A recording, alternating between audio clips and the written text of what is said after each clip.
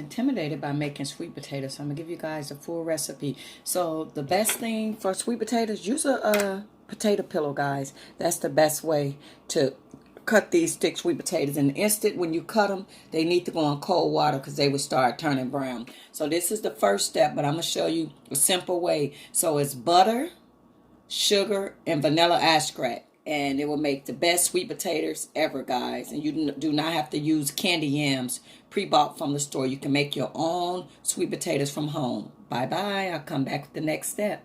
The ingredients is 1 stick of butter, 2 teaspoons of vanilla extract, and a cup of sugar. So the more sweet potatoes you make, the more.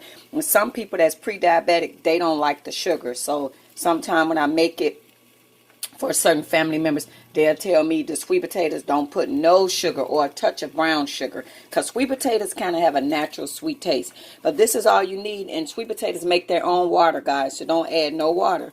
And I'll show you guys when they're done. Bye bye.